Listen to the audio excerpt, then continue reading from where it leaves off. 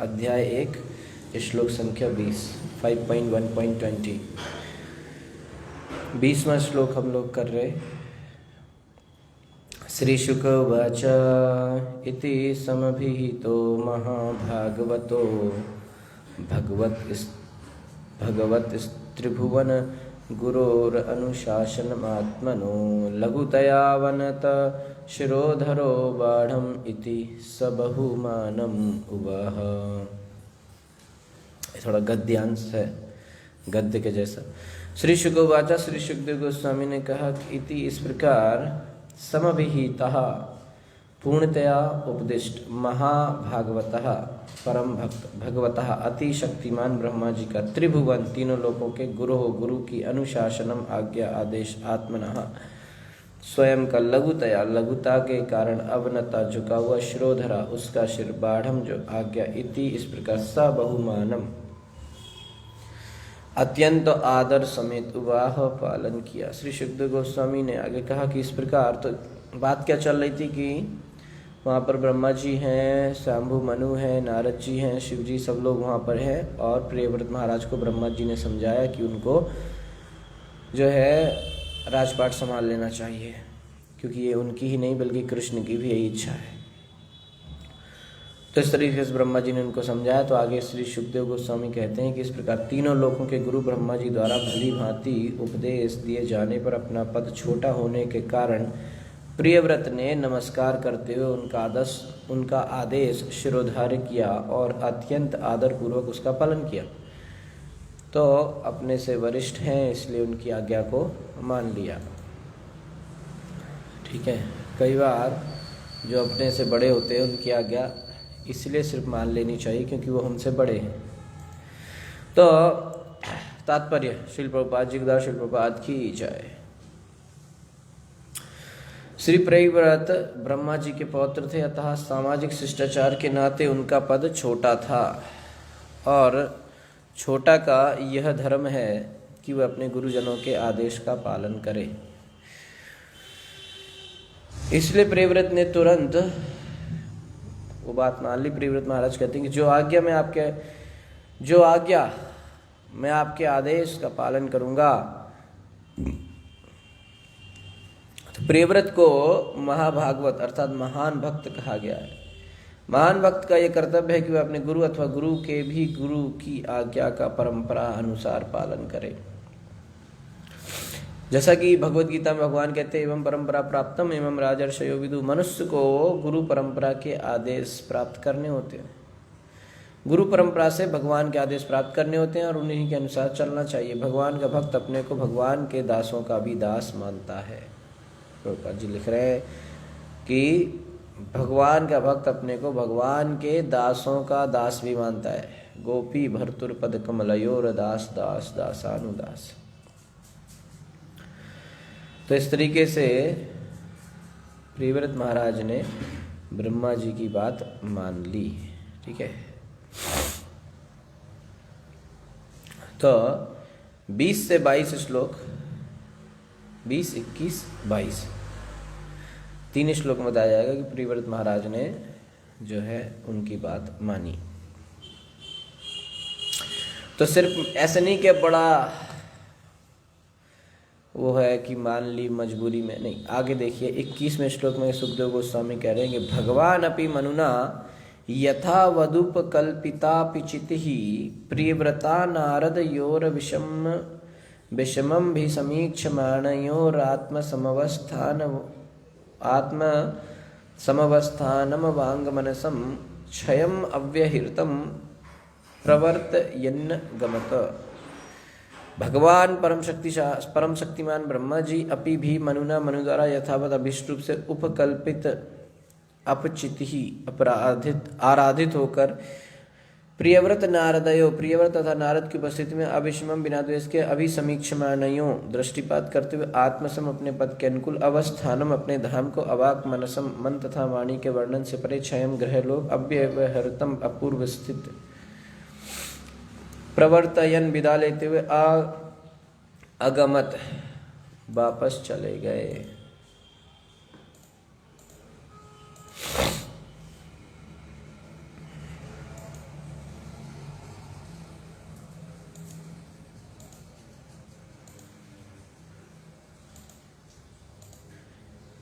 Okay, तो कह रहे हैं कि इसके पश्चात मनु ने ब्रह्मा जी को संतुष्ट करते हुए विधिवत पूजा की।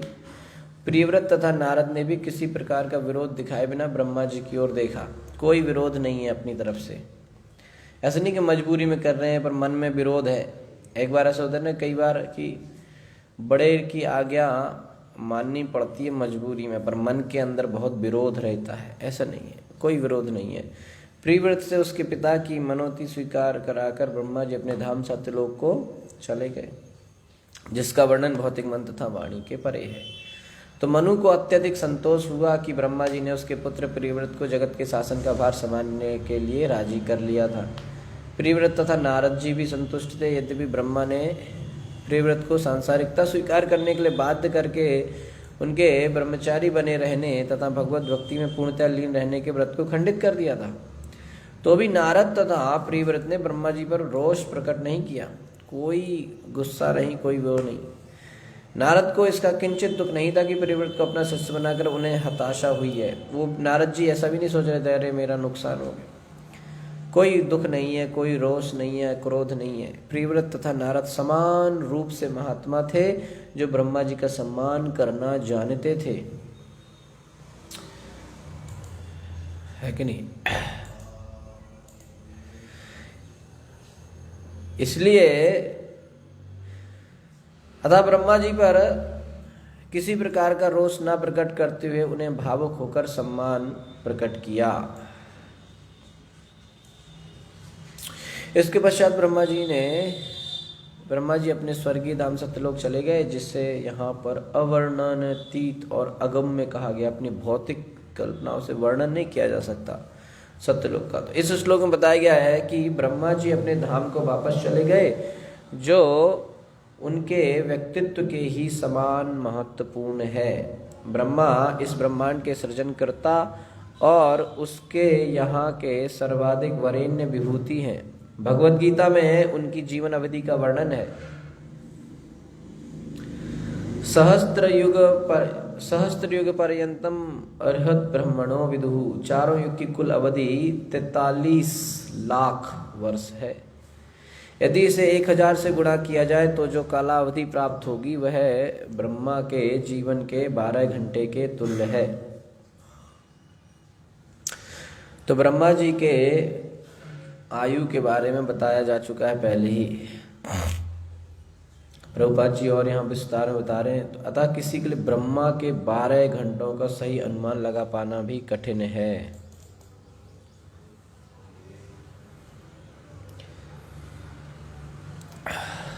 वाला कॉर्ड वाला माइक लगाना।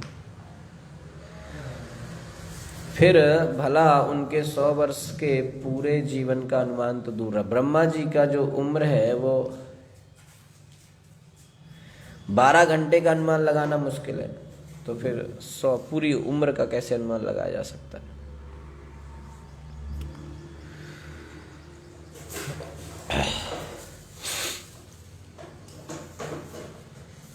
तो हम उनके धाम को कैसे समझ सकते हैं? तो वैदिक साहित्य बताता है कि सत्यलोक में जन्म मृत्यु जरा व्याधि नहीं होते। दूसरे शब्दों में सत्यलोक ब्रह्मलोक से आगे स्थित है, अतः यह वैकुंठ लोक के ही तुल्य है। ब्रह्मा के धाम का वर्णन हमारे वर्तमान पद से परे है, इसलिए इसे अवांग मनसा गोचर कहा गया है, अर्थात वाणी तथा मन के वर्णन से परे। वैदिक साहित्य में ब्रह्मा जी के धाम का वर्णन इस प्रकार हुआ है कि यद वै पराध्यम तद उपारमेष्ठ्यम न यत्र शोको न जरा न मृत्युर्नीतिर्न च द्वेग। कितना बढ़िया। यद वै पराध्र तद उपारमेष्ठ्यम न यत्र शोको न जरा न मृत्युर्नीतिर्न च उद्वेग। सत्यलोक में जो लाखों करोड़ों वर्ष की दूरी पर स्थित है, वहां न शोक है, न जरा, न मृत्यु, चिंता या शत्रुओं का प्रभाव, कुछ भी नहीं है।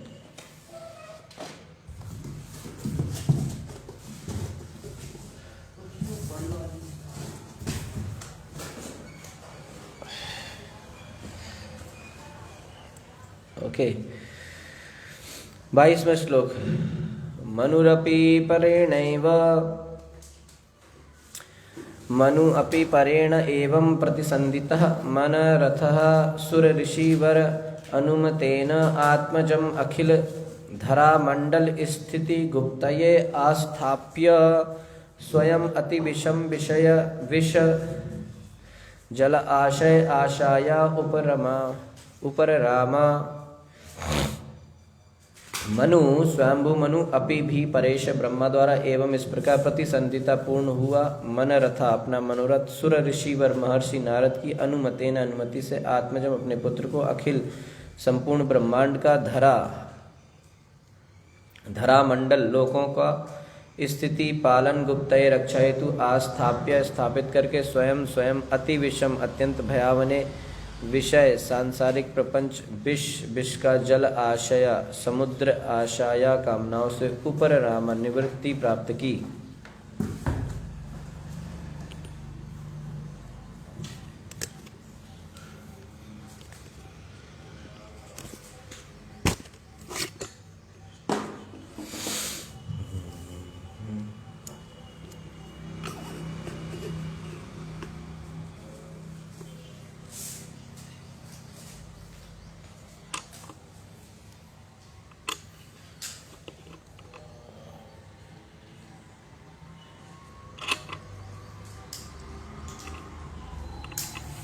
हरे कृष्ण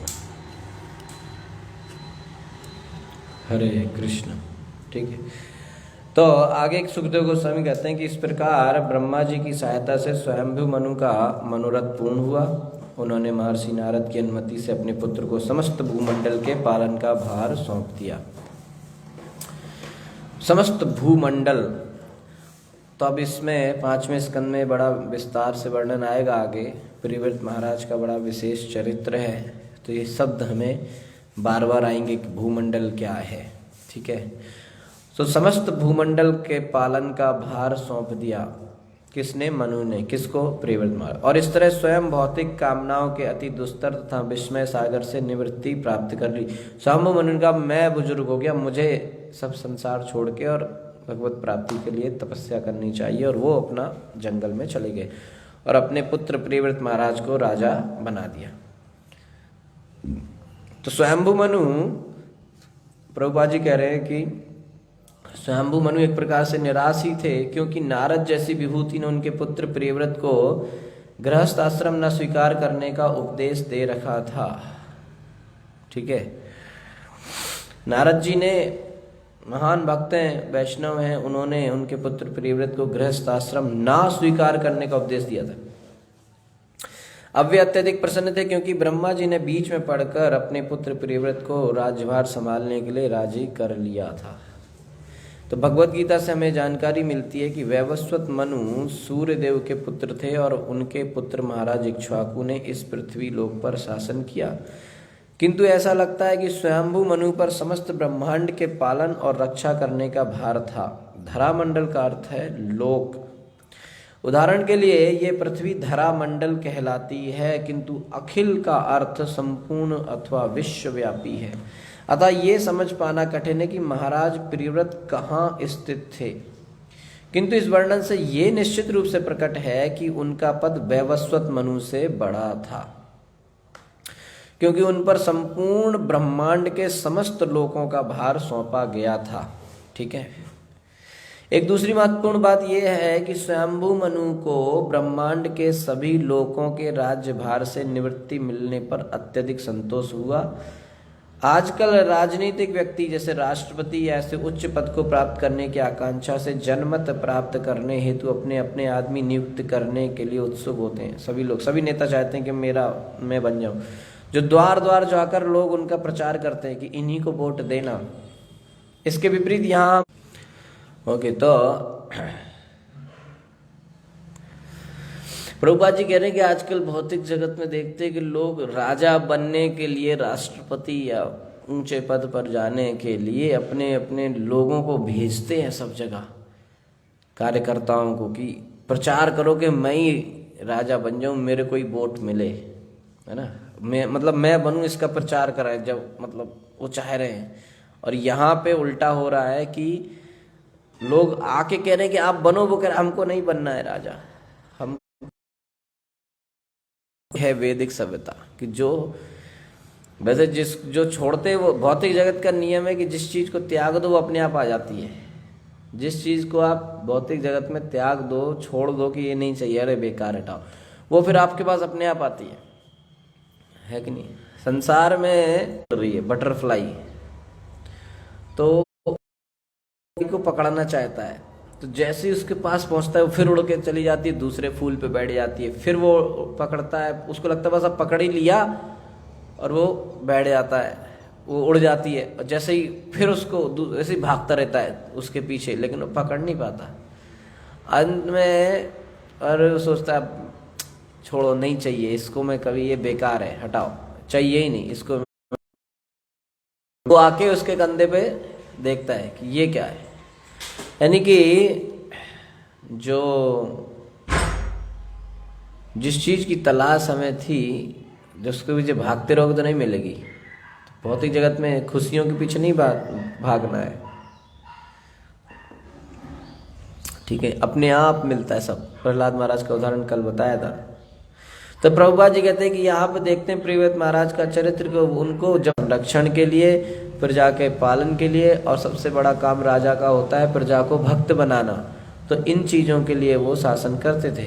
तो प्रियव्रत तथा स्वयंभू मनु का इतिहास बताता है कि किस प्रकार आदर्श राजा निस्वार्थ भाव से राज्य का संचालन करते थे और अपने को भौतिक आसक्ति से कलुषित होने से दूर रखते थे, है ना। भौतिक आसक्तियों में नहीं पड़ते थे, वो सोचते थे कब मैं राजपाट छोड़ के चला जाऊं, है ना। तो यहाँ पर विषयों की तुलना विश्व सागर से की गई है। तो श्री नरोत्तम दास ठाकुर ने भी अपने एक भजन में इसे बताया, संसारा विषा न ले दिवा निशी हिया जले जुड़ाई ते न केनु उपाया।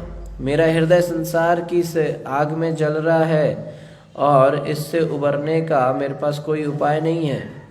संसार का ये जहर दिवा निशी हिया जले, मेरा हृदय दिन रात जल रहा है, मेरे पास कोई उपाय नहीं है। जुड़ाई ते न केनु उपाय, मेरे पास और कोई उपाय नहीं है। तो इसकी एकमात्र औषधि ये संसार का जो कष्ट है, तीन ताप, अधिदैविक, अधिभौतिक, अधिआत्मिक, चार कष्ट, जन्म मृत्यु जरा व्याधि, इनका उपाय क्या है? इससे बचने का उपाय है गोलोकेर प्रेम धन हरि नाम संकीर्तन रति न जन्मिले के नताय। इसकी एकमात्र औषधि है हरि नाम संकीर्तन। हरे कृष्ण कृष्ण कृष्ण हरे हरे, हरे राम राम राम हरे हरे। एकमात्र साधन है हरि नाम संकीर्तन। तो हरे कृष्ण महामंत्र का जप, जो कि गोलोकेर प्रेम धन हरि नाम संकीर्तन, गोलोक से आया है, गोलोक से। तो नरोत्तम दास ठाकुर समझा, हमको ये समझना चाहिए कि हम कितने अभागे हैं कि इस हरि नाम संकीर्तन के प्रति आकर्षण नहीं है। तो मनु ने ईश्वर के चरण कमल की शरण चाही। स्वयंभू मनु भगवान की शरण लेना चाहते हैं, इसलिए अपने पुत्र प्रियव्रत को राज्य संभालने पर वे बहुत उनको अच्छा लगा कि मेरी जिम्मेदारियां छूट गईं, अब मैं भगवान का भजन कर सकता हूँ। यही वैदिक सभ्यता की परंपरा है कि जीवन के अंतिम समय में प्रत्येक व्यक्ति को इन विषयों से मुक्त होकर भगवान की भक्ति में पूरी तरह से लग जाना चाहिए। सुर ऋषि वर अनुमतेन शब्द भी यहाँ बड़ा सार्थक है कि मनु ने महर्षि नारद की अनुमति से अपने पुत्र को राज्य दे दिया। इसका विशेष उल्लेख यहाँ इसलिए हुआ है क्योंकि नारद जी चाहते थे कि प्रियव्रत समस्त विषयों से मुक्त रहे। नारद जी चाहते कि ये गृहस्थी में न फंसे। लेकिन जब ब्रह्मा जी तथा मनु जी ने प्रार्थना करी तो प्रियव्रत ने ब्रह्मांड का राज्यभार स्वीकार कर लिया। तो यहाँ बता रहे हैं कि नारद जी की सुर ऋषि वर अनुमतेन, ऐसा नहीं है कि नारद जी गुस्सा हो गए, दो लोगों ने आके जबरदस्ती प्रियव्रत को राजा बना दिया और नारद जी गुस्सा हो गए कि अरे मेरे शिष्य को निकाल ले लिया आश्रम से, ऐसा नहीं। नारद जी भी प्रसन्न थे, इसलिए यहाँ लिखा है सुर ऋषि वर अनुमतेन, यानी कि नारद जी की भी अनुमति थी और वो भी प्रसन्न थे, क्योंकि उन्हें पता था कि मेरा शिष्य जो है वो भक्त है और वो उसमें नहीं फंसेगा और उसका कल्याण होगा, क्योंकि वो अब ब्रह्मा जी का भी उनके ऊपर आशीर्वाद है। ठीक है, तो इस तरीके से प्रियव्रत महाराज ने जो है राज्यभार संभाला। तो सुखदेव गोस्वामी ने जो है एक चीज का आंसर यहाँ हुआ कि कैसे वो आए ब्रह्मचारी आश्रम से गृहस्थ आश्रम में, कैसे आए प्रियव्रत महाराज। अब दूसरा प्रश्न था पहले श्लोक में इस अध्याय के, जो कि परीक्षित महाराज ने पूछा था कि प्रियव्रत महाराज ने गृहस्थ जीवन आके कैसे उसको गृहस्थ जीवन का भोग किया, क्या क्या एक्टिविटीज़, क्या क्या काम किए गृहस्थ जीवन में आके। तो इसका वर्णन आता है 23 श्लोक से 35 श्लोक तक। ओके, तो प्रियव्रत महाराज जब गृहस्थ बने तो उन्होंने बृहस्पति से शादी किया, जो कि आगे वर्णन आएगा। बृहस्पति से उनके 10 पुत्र हुए। 10 पुत्र में जो 7 थे जिनके नाम थे आग्नीन्द्र, इदमिज्व, याग्निबाहु, हिरण्यरेता, घृतपृष्ठ, मेधातिथि, वितिहोत्र। ये 7 जो थे अलग थे, और 3 जो थे कवि, महावीर और सवन, ये ब्रह्मचारी हो गए और ये सन्यासी बन गए। और जो 7 थे वो बाद में आगे राजा बनेंगे। ठीक है। और एक इनकी पुत्री हुई जिसका नाम हुआ ऊर्ज्वस्वती। पत्नी का नाम बृहस्पति और पुत्री का नाम ऊर्ज्वस्वती। ऊर्ज्वस्वती की शादी हुई शुक्राचार्य जी से, और उनसे एक पुत्री का जन्म हुआ जिसका नाम हुआ देवयानी। देवयानी जिसकी शादी किससे हुई थी? महाराज ययाति से। अभी 9वें स्कंद में आएगा वो। ठीक है। फिर इनकी प्रियव्रत महाराज की एक और वाइफ थी, उनसे हुए 3 पुत्र बड़े ही प्रख्यात, उत्तम, तामस, रैवत। तो स्वयंभू मनु पहले मनु है, इसके बाद दूसरे मनु एक और आएंगे, और फिर तीसरा, चौथा, 5वां। तो प्रियव्रत महाराज इतने महान हुए कि इन्होंने 3 मनु दिए। तीसरा, चौथा, 5वां 3 मनु इन्हीं के पुत्र बने, उत्तम, तामस, रैवत। ठीक है। फिर 6वें मनु बाद में दूसरे आए, चक्षुष मनु। तो इस तरीके से प्रियव्रत महाराज का वंश चलेगा। तो आगे जो है 23 श्लोक से 35 श्लोक तक प्रियव्रत महाराज के राजपाट का वर्णन, उन्होंने किस तरह से राज किया, उनके वंशज कौन कौन हुए और उन्होंने महान काम क्या किया। एक उन्होंने बड़ा महान काम किया, वो क्या था कि प्रियव्रत महाराज ने देखा कि सूर्य जो है वो जब चक्कर लगाता है, तो जब वो नॉर्दर्न हेमिस्फीयर में जाता है, एक तरफ माने जाएगा तो दूसरे तरफ अंधेरा रहता है।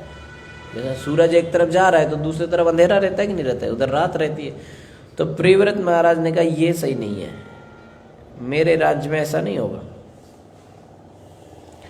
तो उन्होंने क्या किया कि उन्होंने अपने ही तेज से एक और प्रियव्रत निकाला, यानी कि अपना एक्सपेंशन, अपना विस्तार।